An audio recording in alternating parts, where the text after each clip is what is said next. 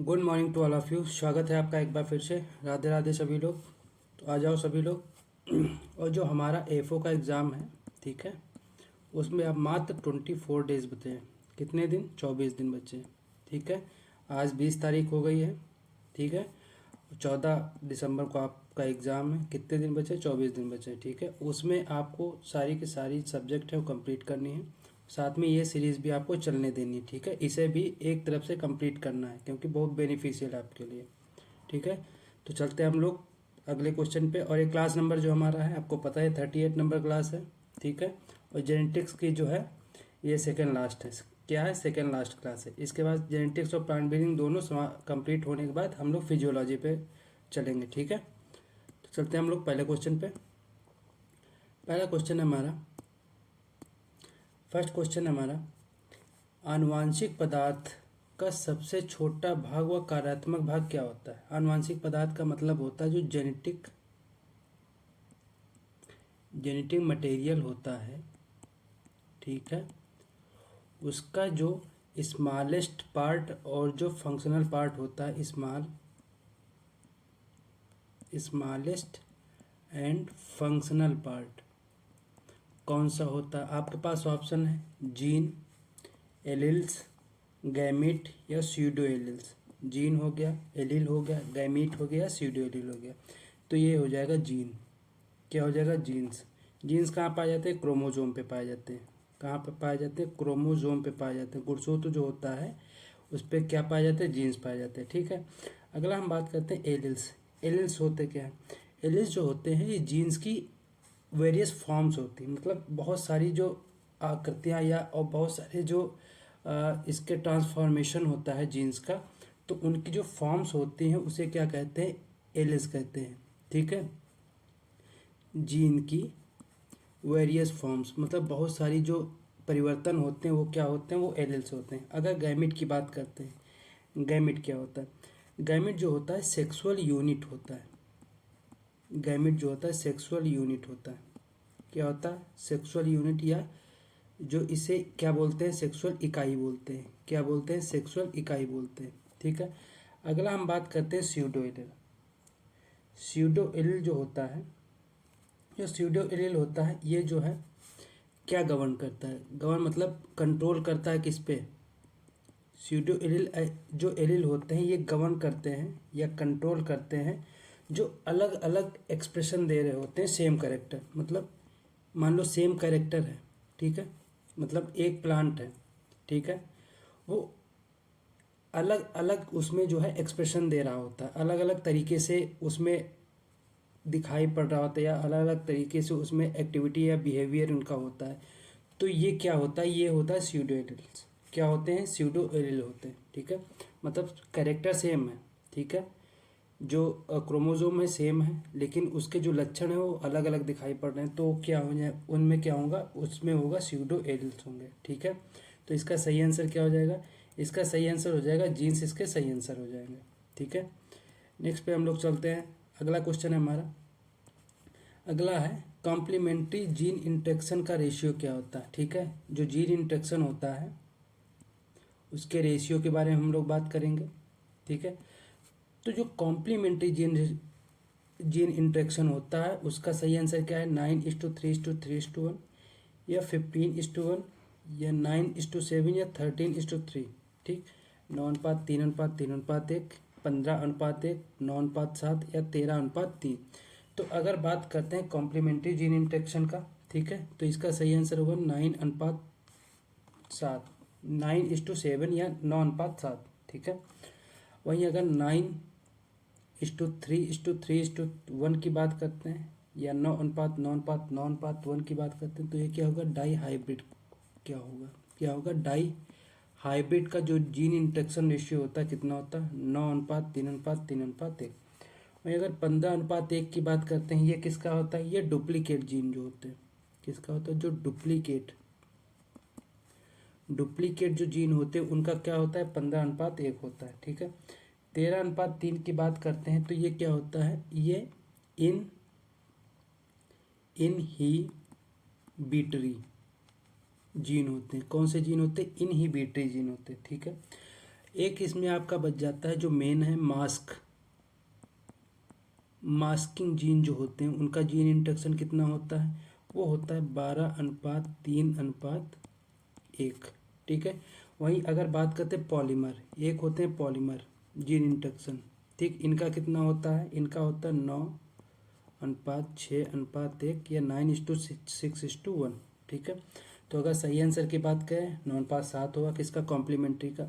वहीं अगर die hybrid का बात करें 9:3:1। अगर हम मास्किंग की बात करते हैं 12:3:1। पॉलीमर की बात करते हैं 9:6:1। ठीक है। इनहिबिटरी की बात करते हैं 13:3। ठीक है। और 15:1 इसका है डुप्लीकेट जीन का है। तो इसका सही आंसर क्या हो जाएगा, 9:7 हो जाएगा।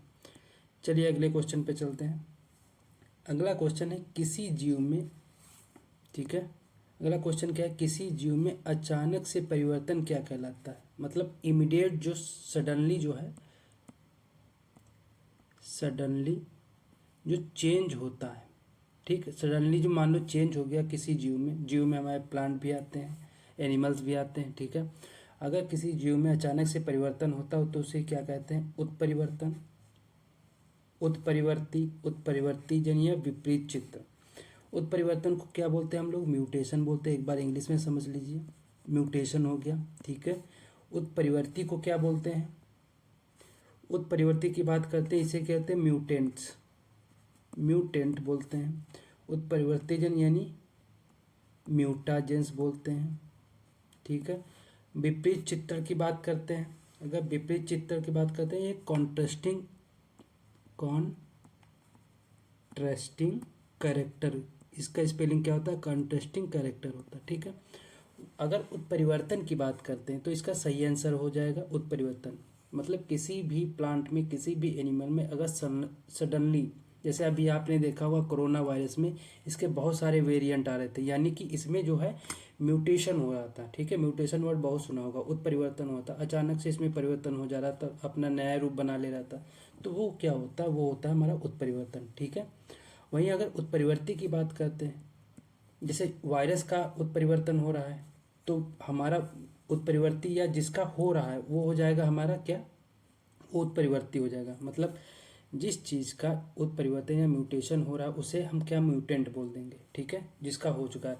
वहीं अगर बात करते हैं उत्परिवर्ती जन, जिनके द्वारा होता है, मतलब कारण, कोई भी कारण हो सकते हैं। ठीक है। कारण की बात करते हैं जिनके द्वारा म्यूटेशन होता है उसे क्या बोलते हैं, उसे म्यूटाजेन बोलते हैं। अब विपरीत चित्रण की अगर बात करते हैं, ठीक है, विपरीत चित्रण की बात करते हैं, हम लोग देखते हैं कि जो हमारे प्लांट होते हैं, ठीक है, हम लोग देखते हैं कि हमारे जो प्लांट होते हैं फील्ड में, कुछ प्लांट जो होते हैं अलग दिखाई पड़ते हैं। ठीक है। कुछ प्लांट बहुत जो, मतलब हमारे जो फील्ड में प्लांट होते हैं वो सेम नहीं होते। मान लो कुछ प्लांट हमारे ऊंचे दिखाई पड़ते हैं, कुछ नीचे होंगे। ठीक है। कुछ में जो यूनिफॉर्मिटी होगी वो अलग तरीके से होगी, कुछ में अलग तरीके से होगी। तो ये जो होता है ये क्या होता है, कॉन्ट्रास्टिंग कैरेक्टर होता है या विपरीत चित्रण होता है, जो कि हम फिनोटिपिक तरीके से देखते हैं। फिनोटिपिक क्या होता है, एक वर्ड होता है आपका फिनोटाइप और एक वर्ड होता है आपका जीनोटाइप। क्या होता है, एक वर्ड आपका होता है जीनोटाइप। ठीक। अब फिनोटाइप जीनोटाइप की बात क्या होती है, जो फिनोटाइप होता है जो बाहरी रूप से दिखता है। मतलब जैसे हम लोग होते हैं तो हम लोग, जैसे हमें नाक दिख रही है तो ये क्या होगा, करेक्टर फिनोटाइप। उस वैसे ही अगर प्लांट की बात करते हैं, प्लांट की अगर हाइट है, हाइट दिख रही ना, कितने सेंटीमीटर है, कितने मीटर है, तो फिनोटाइप के अंदर आ जाएगा। उसमें अगर बाहर से उसके दाने दिख रहे हैं, ठीक है, दाने कैसे सुडौल हैं, सख्त हैं या कैसे भी हैं, वो फिनोटाइप करेक्टर हो जाएगा। ठीक है। तो ऐसे करेक्टर जो हम बाहर की तरफ से, जो अपनी आंखों से देख सकते हैं, बाहर से देख सकते हैं, वो क्या होते हैं, बॉडी के बाहर के कैरेक्टर। ठीक है। एक्सटर्नल कैरेक्टर जो होते हैं वो क्या होते हैं, फिनोटाइप होते हैं। जीनोटाइप की बात करते हैं जो हमारे इंटरनली ऑर्गन होते हैं। ठीक है। उसमें जो एक हमारे में जो केमिकल वगैरह, जो एसिड वगैरह सब भरा रहता है या बहुत सारी मेटाबॉलिक एक्टिविटी होती है, वो सभी किसके अंदर आते हैं, वो जीनोटाइप के अंदर आते हैं। किसके अंदर आते हैं, वो जीनोटाइप के अंदर आते हैं। ठीक है। तो जो हमारे फिनोटिपिक कैरेक्टर होते हैं, ठीक है, अभी मैंने बताया जो विपरीत चित्रण होता है, कॉन्ट्रास्टिंग जो कैरेक्टर होते हैं वो क्या होते हैं, वो फिनोटिपिक कैरेक्टर होते हैं। क्या होते हैं, फिनोटिपिक कैरेक्टर होते हैं, मतलब जिन्हें हम बाहर से देख के, ठीक है, पता लगाते हैं कि किस तरीके का कैरेक्टर, उसे क्या कहते हैं, कॉन्ट्रास्टिंग कैरेक्टर कहते हैं। ठीक है, उम्मीद है समझ में आ गया होगा। तो इसका सही आंसर क्या होगा, म्यूटेशन इसका सही आंसर हो जाएगा। चलिए अगले क्वेश्चन पे चलते हैं। अगला है हमारा, निम्न में भौतिक उत्परिवर्ती जन कौन सा है, मतलब जो फिजिकल म्यूटाजन है। म्यूटाजन मैंने अभी आपको बताया, म्यूटाजन क्या होता है, जिसके कारण जो हमारा म्यूटेशन होता है, ठीक है, कारण जो होता है सॉरी, जो कारण होता है वो क्या होता है, म्यूटाजन होता है। ठीक है, अगर हमारा फिजिकल से हो रहा है यानी भौतिक कारण कौन सा है, अगर हमारा केमिकल से हो रहा है मतलब रासायनिक कारण कौन सा है। ठीक है, दो टाइप से होता है।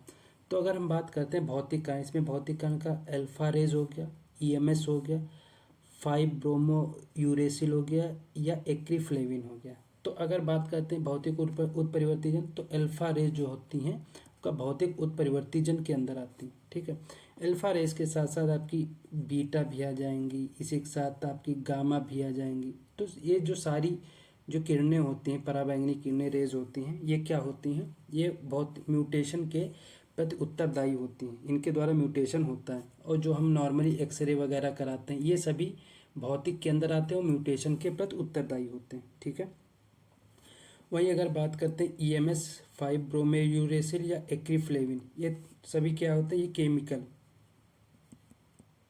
केमिकल म्यूटाजेन होते हैं। क्या होते हैं, केमिकल म्यूटाजेन होते हैं। ठीक है, जो रासायनिक उत्परिवर्तन होता है किसके द्वारा होता है, जैसे ईएमएस हो गया आपका, sorry,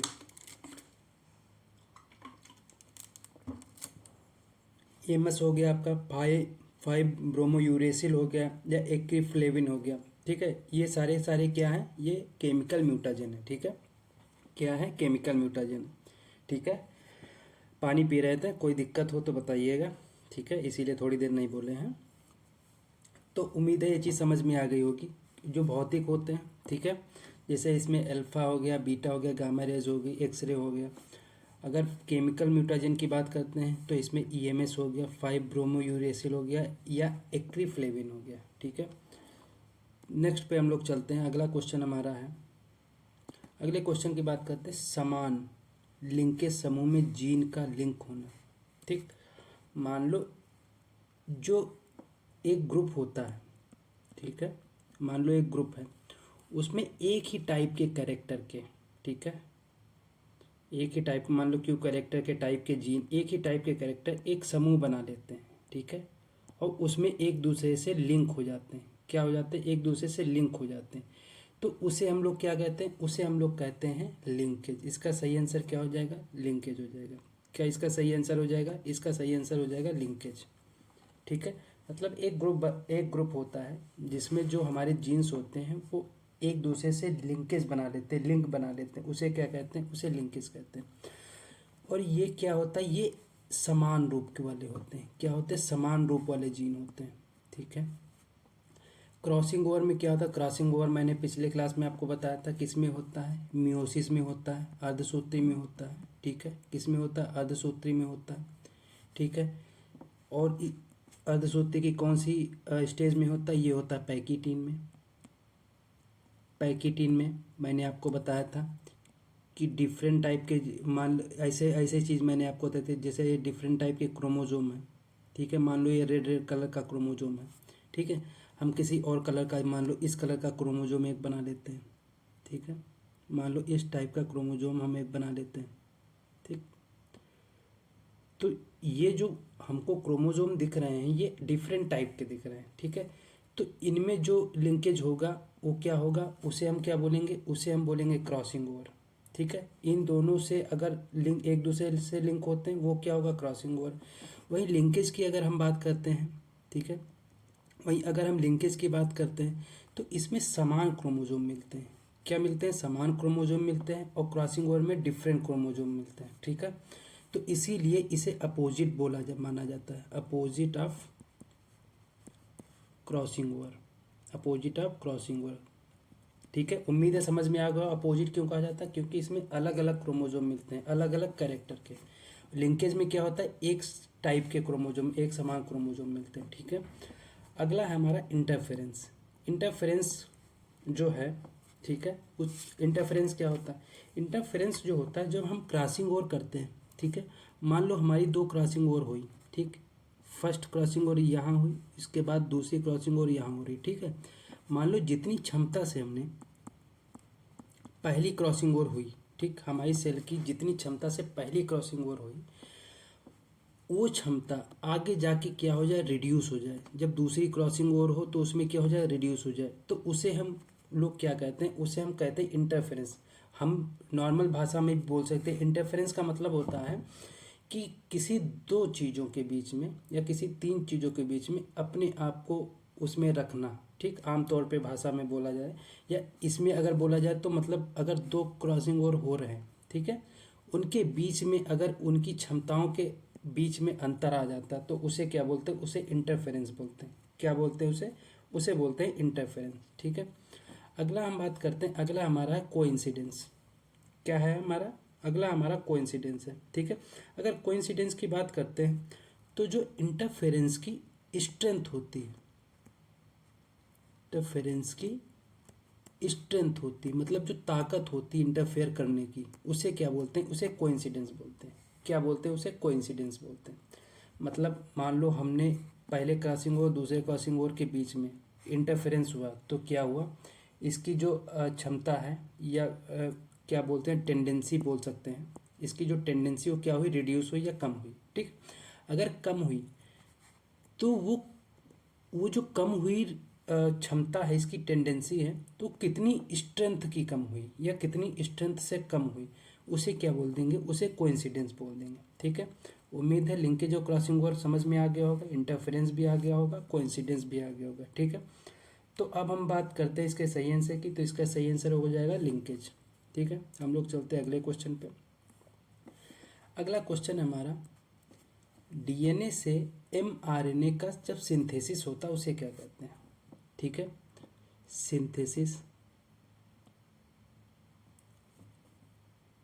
from DNA to mRNA, messenger जो आरएनए होता है, ठीक है, उसका जो सिंथेसिस होता है डीएनए से, उसे क्या कहते हैं? आपके पास ऑप्शन है ट्रांसक्रिप्शन, रिवर्स ट्रांसक्रिप्शन, ट्रांसलेशन या साइटोप्लाज्मिक इनहेरिटेंस।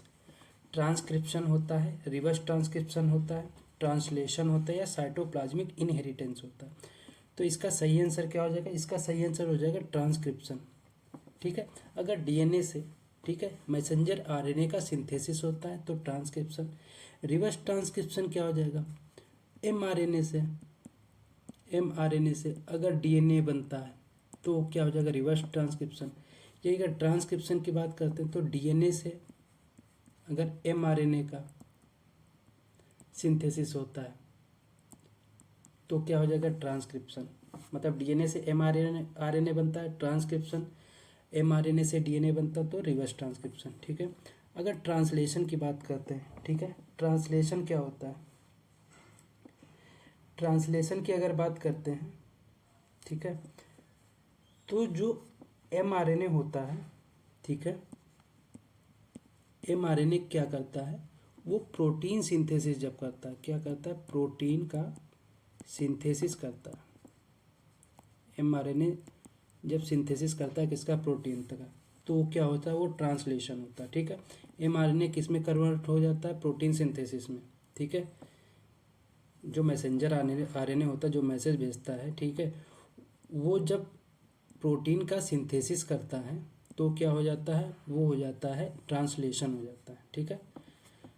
अगला हमारा साइटोप्लाज्मिक इनहेरिटेंस। अगला हमारा क्या है? Cytoplasmic inheritance. अगर साइटोप्लाज्मिक इनहेरिटेंस की बात करते हैं, ठीक है, तो हम लोग जानते हैं, ठीक है, अगर साइटोप्लाज्मिक इनहेरिटेंस की बात करते हैं तो हम लोग जानते हैं कि कुछ कैरेक्टर जो होते हैं, ठीक है, कुछ कैरेक्टर जो होते हैं वो जीन के द्वारा कंट्रोल किए जाते हैं। किसके द्वारा? जीन्स के द्वारा कंट्रोल किए जाते हैं, ठीक है। और जो कुछ कैरेक्टर होते हैं वो हम लोग जानते हैं कि साइटोप्लाज्म, किसके द्वारा? साइटोप्लाज्म, ठीक है, जिसे हम क्या बोलते हैं? कोशिका द्रव्य बोलते हैं। क्या बोलते हैं? कोशिका द्रव्य, ठीक, कोशिका द्रव्य द्वारा कंट्रोल किए जाते हैं। ठीक है, तो जो कोशिका द्रव्य द्वारा कंट्रोल किए जाते हैं उसे हम लोग क्या कहते हैं? उसे हम लोग कहते हैं प्लाज्मा जीन। क्या कहते हैं? प्लाज्मा जीन कहते हैं। मतलब जो जो क्रोमोजोम के जीन, ठीक है, जो क्रोमोजोम के कैरेक्टर जो है जीन द्वारा कंट्रोल किए जाते हैं उसे कहते हैं। ठीक है, वहीं पे अगर हम बात करते हैं साइटोप्लाज्म की, कोशिका द्रव्य की, कोशिका द्रव्य द्वारा भी जो कैरेक्टर आपके कंट्रोल किए जाते हैं जीन के, उसे कहते हैं प्लाज्मा जीन। ठीक है, वहीं अगर हम बात करते हैं प्लाज्मा जीन की, ठीक है, वहीं अगर हम बात करते हैं प्लाज्मा जीन की, ठीक है, तो जो प्लाज्मा जीन होता है हमारा, ठीक है, तो जो कैरेक्टर प्लाज्मा जीन द्वारा जो कैरेक्टर कंट्रोल किए जाते हैं ना, उसे बोलते हैं साइटोप्लाज्मिक इनहेरिटेंस। इनहेरिटेंस सीधा सा इसका मतलब ये है, जो कोशिका द्रव्य द्वारा जीन कंट्रोल किए जाते हैं, गवर्न किए जाते हैं, वो क्या होते हैं? वो प्लाज्मा जीन होते हैं। और प्लाज्मा जीन को ही हम क्या बोलते हैं? साइटोप्लाज्मिक इनहेरिटेंस बोलते हैं। क्या बोलते हैं? साइटोप्लाज्मिक इनहेरिटेंस बोलते हैं। ठीक है, उम्मीद है समझ में आ गया। ट्रांसक्रिप्शन क्या होता है? डीएनए से एमआरएनए बनता है। ठीक है, डीएनए से एमआरएनए बनता है। और अगर रिवर्स ट्रांसक्रिप्शन की बात करते हैं तो एमआरएनए से क्या बनता है? डीएनए बनता है। ठीक है, ट्रांसलेशन की बात करते हैं तो एमआरएनए से क्या बनता है? एमआरएनए से प्रोटीन सिंथेसिस होता है। ठीक, ट्रांसलेशन में। वहीं साइटोप्लाज्मिक इनहेरिटेंस की बात करते हैं तो जो कैरेक्टर साइटोप्लाज्म द्वारा या कोशिका द्रव्य द्वारा गवर्न किए जाते हैं वो क्या होते हैं? प्लाज्मा क्या होता है? प्लाज्मा जीन होता है। क्या होता है? प्लाज्मा जीन होता है।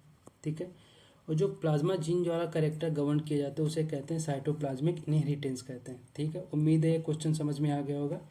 तो इसका सही आंसर क्या हो जाएगा? ट्रांसक्रिप्शन इसका सही आंसर हो जाएगा। ठीक है, नेक्स्ट हमारा जो क्वेश्चन है, अगला क्वेश्चन जो हमारा है वो है जो फर्स्ट इंटर स्पेसिफिक हाइब्रिड जो है, ठीक है, वो विकसित की गई, डेवलप की गई किसके द्वारा? आपके पास ऑप्शन है थॉमस फेयरचाइल्ड।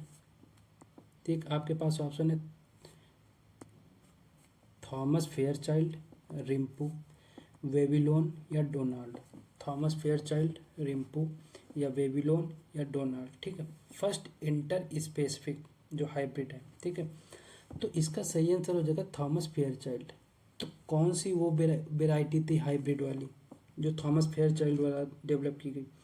वो कौन थी? डायंथस। डायंथस कौन थी? डायंथस की स्पीसीज थी। ठीक है, जिसमें जो है हमने स्वीट विलियम का क्रॉस किससे कराया था? कार्नेशन से। स्वीट विलियम का क्रॉस किससे कराया था? कार्नेशन से कराया था। ठीक है, जो वैरायटी किसकी थी? डायंथस की। और ये कब कराया गया? ये कराया गया 1717 में। कब कराया गया? 1717 में। ठीक है, तो फर्स्ट जो इंटर स्पेसिफिक हाइब्रिड थी वो कौन सी थी? डायंथस। स्वीट विलियम का कार्नेशन से कराया। किसने कराया था? थॉमस फेयरचाइल्ड ने। कब कराया था? 1717 में। वही अगर रिम्पो की बात करते हैं, इन्होंने फर्स्ट इंटर जेनेरिक, ठीक, फर्स्ट इंटर जेनेरिक जो क्रॉस था वो किसने कराया था? रिम्पो ने कराया था। क्या बनाया था? ट्रिटिकेल बनाया था। क्या बनाया था? ट्रिटिकेल बनाया था। ट्रिटिकेल में इन्होंने व्हीट और राई का क्रॉस कराया था। व्हीट और राई का क्रॉस कराया था। ठीक है, जो क्या होता है? ट्रिटिकम एस्टिवम, ठीक है, का क्रॉस किससे कराया था? इन्होंने कहा था सिकल सीरियल से। किससे कहा था? सिकल सीरियल से।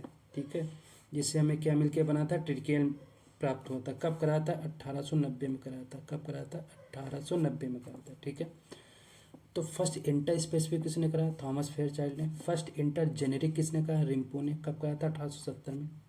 जो जेनेरिक वाली है वो कौन सी है? ट्रिटिकेल है। ठीक है, जो व्हीट और राइस का क्रॉस है, राई का क्रॉस है। ठीक है, और जो इंटर स्पेसिफिक है वो स्वीट विलियम और कार्नेशन का क्रॉस है। ठीक है, अगला हम बात करते हैं, हमारा ऑप्शन है वेबीलोन। ठीक है, जो वेबीलोन थे इन्हें सेंटर ऑफ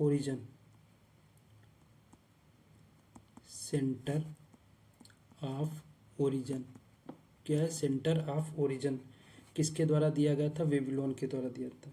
क्या दिया गया था, सेंटर ऑफ ओरिजिन बेबीलोन के द्वारा दिया गया था। ठीक है, जो किससे रिलेटेड है, क्रॉप डाइवर्सिटी से रिलेटेड है, क्रॉप डाइवर्सिटी से रिलेटेड है। क्या दिया गया था, सेंटर ऑफ ओरिजिन। ठीक है, तो इन्होंने 8 सेंटर दिए थे। कितने सेंटर दिए थे, 8 सेंटर दिए थे। ठीक है, जिसमें से 3 सब उसके सब सेंटर थे। 8 तो मेन सेंटर थे और 3 जो है सब सेंटर थे। ठीक है, वहीं डोनाल्ड की बात करते हैं तो डोनाल्ड जो थे उन्होंने प्लांट आइडियोटाइप दिया था। क्या दिया था, प्लांट आइडियोटाइप दिया था। क्या दिया था, प्लांट आइडियोटाइप दिया था। और हार्वेस्ट इंडेक्स, ये 2 चीज़ें किसने दी थी, हार्वेस्ट इंडेक्स, ये 2 चीज़ें किसने दी थी, ये 2 चीज़ें डोनाल्ड ने दी थी। किसने दी थी, डोनाल्ड ने दी थी। ठीक है, तो इसका सही आंसर क्या हो जाएगा, थॉमस फेयरचाइल्ड। इन्होंने फर्स्ट इंटर स्पेसिफिक हाइब्रिड का विकास किया। ठीक है, जो कौन थी, डायंथस थी। ठीक, किससे मिलके बने, स्वीट विलियम और कार्नेशन से मिलके बना। अगर रेम्पो की बात करते हैं तो 1870 में 1890 में रेम्पो ने फर्स्ट इंटर जेनेरिक क्रॉस कराया, जो कि क्या बना, ट्रिटिकेल बना। किससे क्रॉस कराया, व्हीट और राई का क्रॉस कराया। व्हीट जो ट्रिटिकम एस्टिवम जिसे हम जानते हैं, राई को सिकल सीरियल के नाम से जानते हैं। ठीक है, वहीं बेबीलोन की बात करते हैं, इन्होंने सेंटर ऑफ ओरिजिन दिया, जो किससे रिलेटेड है, क्रॉप डाइवर्सिटी से रिलेटेड। इन्होंने 8 सेंटर दिए और 3 सब सेंटर दिए। ठीक है, 8 सेंटर दिए और 3 सब सेंटर दिए। ठीक है, क्या दिया, 8 सेंटर दिया और 3 सब सेंटर। वहीं डोनाल्ड की बात करते हैं तो डोनाल्ड जो है प्लांट आइडियोटाइप दिया और हार्वेस्ट इंडेक्स दिया। ठीक है, तो इसका सही आंसर हो जाएगा थॉमस फेयरचाइल्ड। नेक्स्ट हम लोग चलते हैं, अगला हमारा प्योर लाइन सिलेक्शन सामान्यतः किसमें उपयोग किया जाता है। ठीक है, प्योर लाइन सिलेक्शन सामान्यतः किसमें उपयोग किया जाता है। आपके पास ऑप्शन है, स्वपरागित प्रजाति, स्वपरागित व परपरागित दोनों में, इनमें से कोई नहीं है, सभी। तो जो हमारा प्योर लाइन सिलेक्शन है इसका सही आंसर होगा स्वपरागित, यानी सेल्फ पॉलिनेशन। सेल्फ पॉलिनेशन क्या होता है, सेल्फ पॉलिनेशन होता है। ठीक है, अब ये होता है क्या, इसको समझ लेते हैं। अगर हम प्योर लाइन सिलेक्शन की बात करते हैं, ठीक है, अगर हम प्योर लाइन सिलेक्शन की बात करते हैं, ठीक है, तो इसमें क्या होता है, प्योर लाइन होता क्या, इसको समझ। मान लिया एक प्लांट हो, ठीक है, एक प्लांट है। ठीक है, एक प्लांट की जो हमें प्रोजेनी प्राप्त होती है। प्रोजेनी क्या होता है, मान लो एक प्लांट में बहुत सारे सीड लगे हैं। ठीक है, बहुत सारे सीड होते हैं एक प्लांट में, मान लो बहुत सारे सीड हैं। तो सीड वो क्या हो गए, वही सीड जो हमारा होता है, जिन्हें हम प्लांट में बेबी बोल सकते हैं या उनको प्रोजेनी बोल सकते हैं। ठीक है, वो जब हमारा प्रोजेनी प्राप्त होता है, ठीक है, तो उसे हम लोग कहते हैं प्योर लाइन। क्या कहते हैं, प्योर लाइन, प्योर लाइन। अब जब हमें एक ही प्लांट से प्राप्त हो रहा है, किसी दूसरे प्लांट की ज़रूरत नहीं है, यानी कि ये कैसा होगा, ये सेल्फ पॉलिनेटेड होगा। क्या होगा, सेल्फ पॉलिनेटेड होगा। क्या होगा, सेल्फ पॉलिनेटेड होगा। और अगर सेल्फ पॉलिनेटेड होगा तो इसमें कैसे कैरेक्टर होंगे, ये होमोजाइगस होगा। कैसा होगा, होमोजाइगस होगा। कैसा होगा, होमोजाइगस होगा। 2 कॉन्सेप्ट होते हैं, होमोजाइगस, हेट्रोजाइगस। हेट्रोजाइगस जिसमें अलग अलग कैरेक्टर हैं, क्रॉस पॉलिनेशन होता है। ठीक है, 2 कैरेक्टरों को मिला के बनाया जाता है। होमोजाइगस सेम कैरेक्टर को मिला के बनाया जाता है, तो क्या होता है, होमोजाइगस होता है। वो क्या होता है, सेल्फ पॉलिनेटेड भी होता है। और जो इसकी प्रोजेनी है, प्रोजेनी वो कैसी होती, होमोगाइनी होती है। कैसी होती, होमोगाइनी इसकी प्रोजेनी होती है। प्रोजेनी कैसी होती, होमोगाइनी होती। कैसा होता है pure line selection, self pollinated होता है, होमोजाइगस होता है। ठीक है, इसकी प्रोजेनी कैसी होती है, होमोगाइनी होती है। ठीक है, इसे प्योर लाइन क्यों कहती है, क्योंकि एक ही प्लांट से अगर हम प्रोजेनी प्राप्त करते हैं तो कैसा होता है, प्योर लाइन होता है। ठीक है, और इसमें एक चीज और है, इसमें कोई भी जीनोटिपिक चेंज नहीं होता। जीनोटिपिक मैंने अभी आपको बताया, जो बाहर से कैरेक्टर ना दिखे, जो अंदरूनी कैरेक्टर होते हैं उसमें कोई भी क्या होता है, चेंज नहीं होता है। क्या होता है, उसमें कोई भी चेंज नहीं होता है। नो जीनोटिपिक चेंज, कोई भी जीनोटिपिक चेंज नहीं होता है। ठीक है, तो इतना चीज़ें हमने समझ ली, प्योर लाइन सिलेक्शन क्या होता है, ठीक है। तो इसका सही आंसर क्या होगा, स्वपरागित जो प्रजातियाँ होती हैं, ठीक, वेराइटीज़ होती हैं, क्रॉप्स होती हैं, तो उसमें क्या करते हैं, इसमें प्योर लाइन सिलेक्शन करते हैं, क्या करते हैं, प्योर लाइन सिलेक्शन करते हैं, ठीक है। चलते हैं अगले क्वेश्चन पे। तो आज के जो क्वेश्चन थे यहीं पे समाप्त होते हैं, ठीक है। लास्ट क्लास आपकी कल बची हुई है, ठीक है। लास्ट क्लास है आपकी जेनेटिक्स की, ठीक है, जेनेटिक्स की और प्लांट ब्रीडिंग की, ठीक है। उसको कल हम कंप्लीट कर देंगे। फिर हम लोग अगली क्लास से जो है जो प्लांट फिजियोलॉजी उसको शुरू करेंगे, ठीक है। प्लांट फिजियोलॉजी है उसको शुरू करेंगे, ठीक है। तो हमारे साथ जुड़े रहिए और देखते रहिए। आपका एग्ज़ाम जो एफओ का है उसके 24 दिन बचे हैं, ठीक है, उसको कंप्लीट करते रहिए, ठीक है। तो हम लोग मिलते हैं अगली क्लास में, तब तक के लिए धन्यवाद।